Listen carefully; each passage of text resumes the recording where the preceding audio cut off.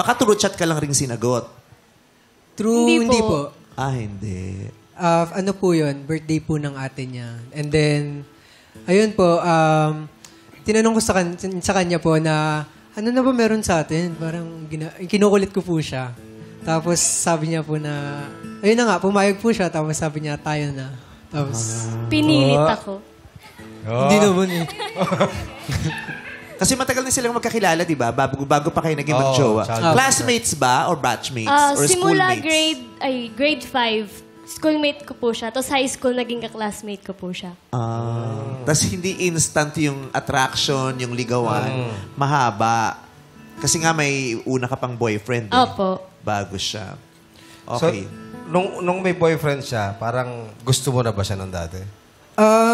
Sa totoo lang po, nakakukitan po ako sa kanya nun. Pero hindi ko po nagustuhan ng sobra kasi may jowa po siya eh. Kumbaga, Walang attraction. Wala, Wala po. wala yung interest na gusto ko tong ligawan, gusto kong maging girlfriend. Wala. wala pa po. Yun, pero walang masyadong bearing. Opo, ganun. Ilang taon kayo nun, nung nagkakilala kayo?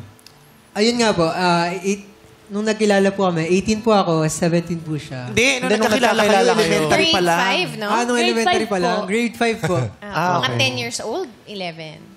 Mga ganun po. Mga 11. Congrats ha, 11. Kasi hindi lahat 11. Oo. So, kakilala mo na rin siya. Kasi ikaw din, syempre, wala ka pang attraction nun kasi may boyfriend ka. Opo. So, Kaaway ko po siya dati. Opo. Anong so may nagbago? something. Ay, Ewan ko po sa kanya.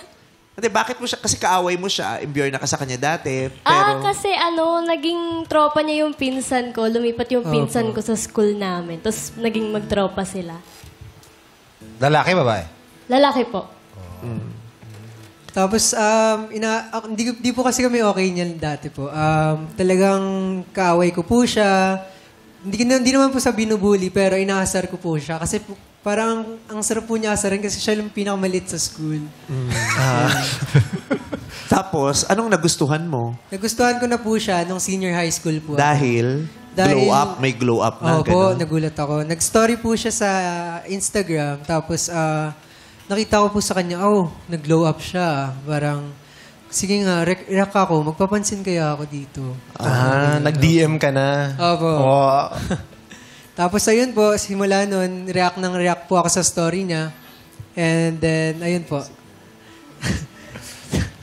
Nag-reply na po siya. Ayun. May mga iniisip ka na nung masama. Hindi kasi naano ko yung conflict lang na may boyfriend siya, tapos May gusto. boyfriend pa siya no, nung nag-DM ka? Hiwalay na po. Hiwalay na. Wala Tapos, na. doon na pumorma. Okay. So, kamusta yung relasyon nyo? Nung naging kayo na, okay naman? Opo, okay Opo. naman. Smooth Healthy po. naman? Yes po. Healthy? Yes po. Happy? Opo. Sweet siyang girlfriend? Nung simula? Nung simula po, sweet po siya. Opo. Ito, kamustang boyfriend si Christoph nung kayo pa? Consistent. Yung Consistent na? update niya sa akin. Tsaka sweet din. Paanong sweet? Parang wala pa kaming label, nag-I love you na siya sa akin. expressive. Malandi. I love. Hindi, ano lang, in love lang. Baka yun yung, yung Way way niya. niya. Yun yung love language niya siguro. Words of Verbal. affirmation. Paramdam, ipakita. Yan ang mga nakakatakot eh. Bakit? Yung mga wala pang something, pero nag-I love you sa'yo. Pero hindi mo alam kung nililigawan ko or nag-I love you lang. Kung ano lang siya, yung love o yung charitable love lang ba siya? Love for friendship? Or romantic love? Yes.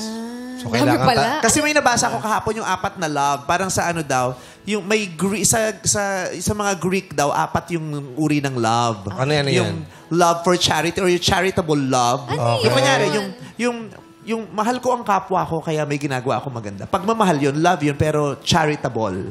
Okay. Diba? Tapos meron yung sexual or romantic love. Okay. Yung love mo sa kanya na, yung nararamdaman na magjowa. Yeah. Merong love for family din. Family. Merong love for friends. So, yung 4 na yun. Oo. So, pag yung tao lagi nag-I love you sa'yo, di ba? Di ba, ano ba to? sexual May or bigat romantic pa ba? love o love for a friend friend. ba ito? Hindi na Family. hindi na ayos yung Correct. kategorya. Tapos maguguluhan ka. So, kailangan magtanong Tapos talaga. nag-reciprocate ka dahil feeling mo romantic love yon, so ikaw naman na-fall. Tapos nung klinaro mo, friendship love lang pala yun. Ouch! Pero malinaw naman sa'yo, Beng, na nililigawan ka na ni Christoph. Opo, tinanong niya po ako after 3 months na pag-uusap namin, pwede ba ako manligaw? Formal na tinanong. Formal.